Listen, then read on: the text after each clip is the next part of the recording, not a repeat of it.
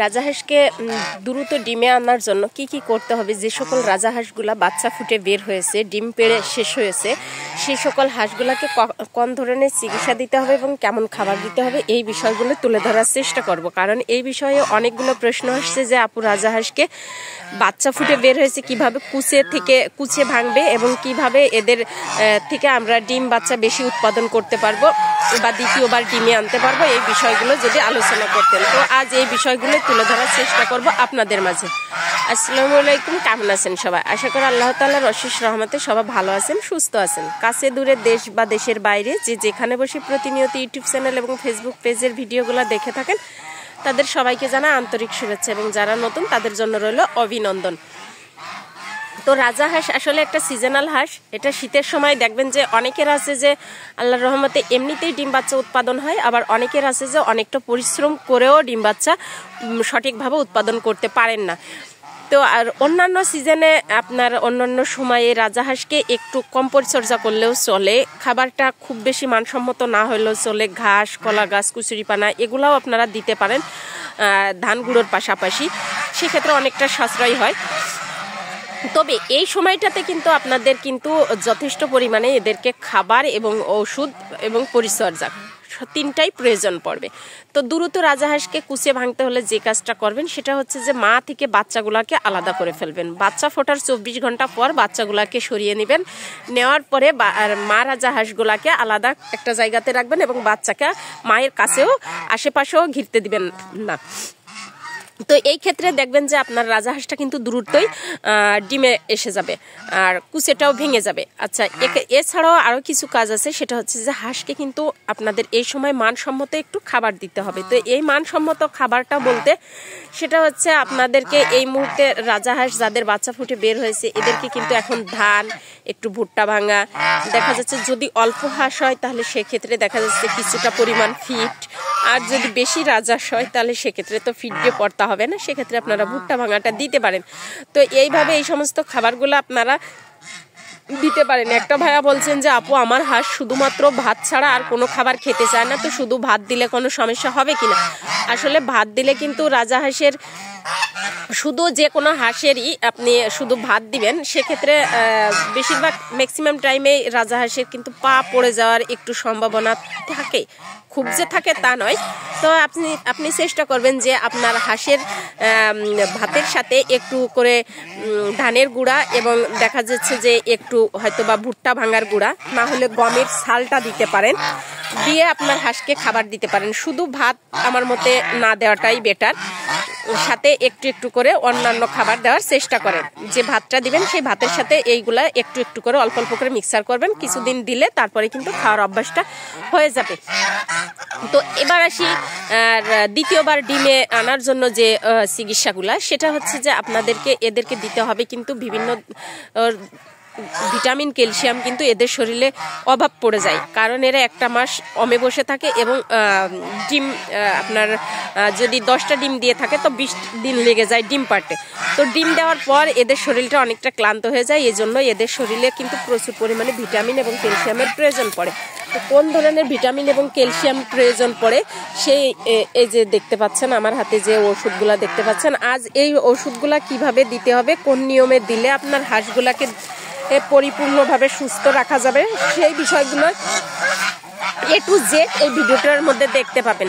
আর এছাড়া যাদের রাজাহাঁসের আপনার চিকিৎসার জন্য যে অর্থাৎ সুস্থ রাখার জন্য চিকিৎসাটা যারা দেননি তাদেরকে কি ওষুধ দিতে হবে সেটাও আমি দেখাবো। তো এই যে এখানে দেখতে পাচ্ছেন যে নর্মালি যে এই যে অ্যামোক্সিসিলিনের যে ওষুধটা, অ্যামোক্সিসিলিন ভেট, এই অ্যামোক্সিসিলিন ভেট ওষুধটা কিন্তু আপনারা হাঁস মুরগিকে প্রতি মাসে আমি কিন্তু বলছি এটা দিতে। আমি কিন্তু আমার হাঁসের কিন্তু প্রত্যেক মাসে নিয়ম মেনে এই ওষুধটা দিই, শুধু হাঁসকে না মুরগিকেও আমি দিই। তো এই অ্যামোক্সিসিলিন ভেটটা এটা হচ্ছে আপনারা 1 গ্রাম ওষুধ দিবেন 1 লিটার পানির মধ্যে দিয়ে আপনার হাঁসকে 3 থেকে 5 দিন খেতে দিবেন, তাহলে আল্লাহর রহমতে আপনার হাঁসের কোনো ধরনের কোনো রোগ বালাই হওয়ার সম্ভাবনা থাকবে না। তো এই আর একটা ভাইয়া বলছিলেন যে আপু আমার হাঁসে খাবার খুবই কম খায়, তো এক্ষেত্রে করণীয় কি, হঠাৎ করে কেন খাবার কম খাচ্ছে। তো আসলে হাঁস হোক বা মুরগি হোক সবসময়ের জন্য চেষ্টা করবেন যে আসলে সুস্থ আছে কিনা। যদি রানী হাঁস হয় তাহলে সেক্ষেত্রে দেখা যাচ্ছে যে ডিমে আসার কিছুটা দিন আগে একটু খাবার কম খায়। আর যদি রাজা হাঁস হয় তাহলে সেক্ষেত্রে দেখা যাচ্ছে যে হঠাৎ রাজা হাঁসের খাবার বন্ধ হওয়া মানে আপনারা একটু লক্ষ্য রাখবেন যে হাঁসগুলা আসলে কোনো ধরনের কোনো রোগ হয়েছে কিনা। আর যদি সুস্থ স্বাভাবিক থাকেও তারপরেও আপনারা অ্যামক্সিসিলিনের একটা কোর্স করাবেন, কারণ হাঁস বা মুরগি তখনই খাবারটা কম খায় যখন তার ভেতরে অসুস্থতা বোধ হয়। শুরু থেকে যখন অসুস্থতা হঠাৎ করেই বোঝা যায় না, ধীরে ধীরে কিন্তু বোঝা যায়। আমরা ভাবি যে কি ব্যাপার, আমার হাঁসটা বা মুরগিটা সুস্থ ছিল, হঠাৎ করে কেন অসুস্থ হলো। আসলে কোনো জিনিসই হঠাৎ অসুস্থ হয় না, ধীরে ধীরে অসুস্থ হয়। পরবর্তীতে যখন বেশি আকারে হয় তখন আমরা বুঝতে পারি। তো রোগ আক্রান্ত হওয়ার প্রথমে যেটা আমার কাছে মনে হয় যে খাবারটা কম খাওয়া। খাবারটা কম খাইলে কিন্তু অনেক সময় দেখবেন যে অসুস্থতার কারণের জন্য খাবারটা কম খায়। আবার অনেক সময় আছে চুনা পায়খানা দেখা দেয়, বা অনেক সময় আছে জ্বর আছে, বিভিন্ন ধরনের সমস্যা কিন্তু হয়ে থাকে। তো যাই হোক, এর জন্য আপনারা অ্যামক্সিসিলিনটা দিবেন এবং খাবারের রুচি বাড়ানোর জন্য আপনারা জিঙ্ক যে সিরাপটা আছে, মানুষের খাওয়ার যে জিঙ্ক সিরাপটা, সেই সিরাপটা আপনারা দিতে পারেন হাঁসকে, যদি খাবারের প্রতি অরুচি হয়। তো এবার চলে আসলাম আমরা ওষুধে। এই যে আমার হাতে যে ওষুধটা দেখছেন, আপনারা কিন্তু একটু কষ্ট করে বলবেন যে আসলে ওষুধের নামটা আপনারা সঠিকভাবে ভিডিওর মাধ্যমে দেখতে পান কিনা। এটা কিন্তু আপনারা আমাকে জানাবেন। ফোন ক্যামেরাতে আসলে অনেক সময় করা হয়, সঠিকভাবে দেখা যাচ্ছে লেখা বোঝা যায়, আবার অনেক সময় আছে যে বোঝা যায় না। তো এখন এই যে আমি নতুন যে রাজা হাঁসকে ডিমে আনার জন্য যে ওষুধটা দিব, সেটা হচ্ছে যে এই যে আমার হাতে ওষুধটা দেখতে পাচ্ছেন। আর এই ওষুধটার গুণাগুণ কিন্তু অনেক, আর এই ওষুধের মধ্যে কিন্তু 32 প্রকার আপনি গুণাগুণ পাবেন, 32 রকমের। তো একটা হাঁসকে সুস্থ রাখা থেকে শুরু করে ডিম মাংস উৎপাদনের জন্য, বা বেশি হারে ডিম বা মাংস উৎপাদন, অর্থাৎ শরীরটা ভালো হওয়ার জন্য, ভিটামিনের যে সমস্ত ঘাটতিগুলো থেকে থাকে তার কিন্তু সম্পূর্ণটাই পূর্ণ হবে এই একটা মাত্র ওষুধের মাধ্যমে। তো আপনারা যাদের সম্ভব তারা অবশ্যই এই ওষুধটা ইউজ করার চেষ্টা করবেন। আর আমি কিন্তু এটা সরাসরি আমি সবসময়ের জন্য আমি আমার পশু পাখিগুলাকে কিন্তু যে পশু অধিদপ্তরের যে ডাক্তার থাকেন তাদের মাধ্যমে কিন্তু আমি চিকিৎসা করে থাকি। এবং আমি আপনাদের অনেকের রিকোয়েস্টের জন্য কিন্তু আমার কষ্ট করে পশু হসপিটাল পর্যন্ত যাওয়া, এবং এছাড়াও আমার হাঁসগুলাও ডিম বাচ্চা পেড়ে যে বের হয়েছে তাদের জন্যও প্রয়োজন ছিল। আপনাদের প্রয়োজন আমার প্রয়োজন একই সাথে হয়েছে। তো যাই হোক, এই ওষুধগুলা কিন্তু উনি আমাকে সাজেস্ট করছে যে এই ওষুধগুলা দিতে হবে দ্বিতীয়বার ডিম বাচ্চা পাওয়ার জন্য এবং হাঁসকে সুস্থ স্বাভাবিক রাখার জন্য।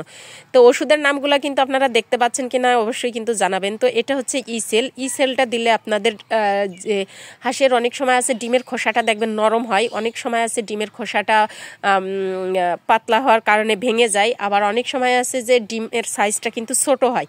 তো এই ইসেলটা দিলে কিন্তু আপনাদের কিন্তু এই সমস্যাটা থাকবে না। আচ্ছা, আপনারা এর সাথে যদি মনে করেন যে কখনো যদি মনে হয় যে আমরা এই ওষুধটা পাচ্ছি না, তাহলে সেক্ষেত্রে আপনারা ক্যালফ্লেক্সটা দিতে পারেন।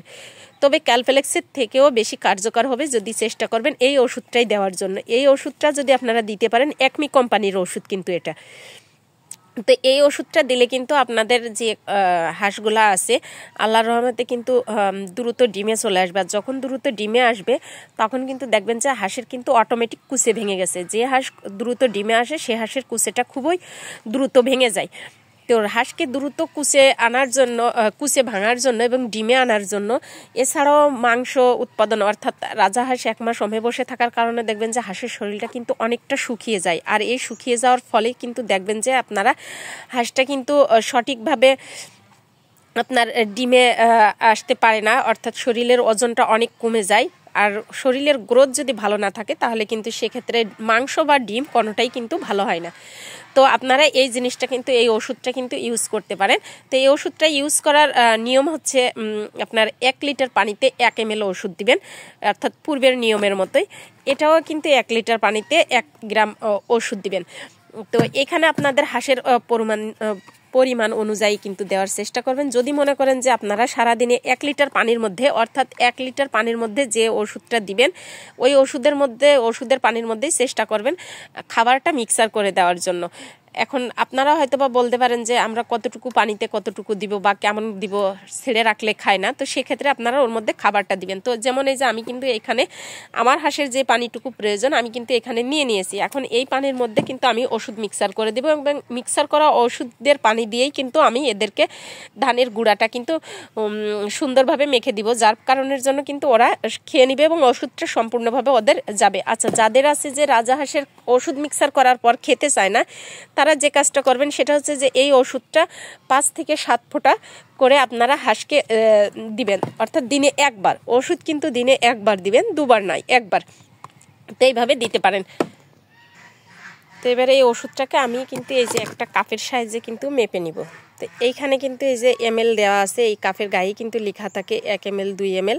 তো এরকম 1 ml ওষুধ 1 লিটার পানির মধ্যে আপনারা কিন্তু দেওয়ার চেষ্টা করবেন। তো আমার এখানে পানি অনেক, কারণ আমার হাঁস অনেক, যার কারণের জন্য আমি এখানে ওষুধটা বেশি পরিমাণ দেব, এই পানির মধ্যে দিব এবং এই পানিটা মিক্সার করেই কিন্তু তারপর আমি গুঁড়োটা দিব।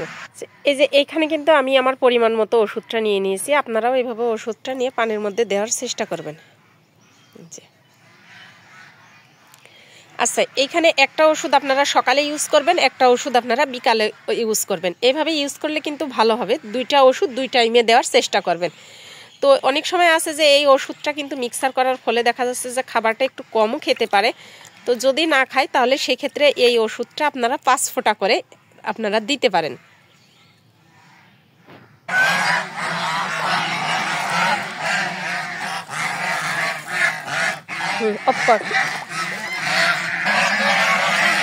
এইভাবে গুঁড়োটা সুন্দরভাবে মাখিয়ে আপনারা হাঁসগুলোকে দিবেন।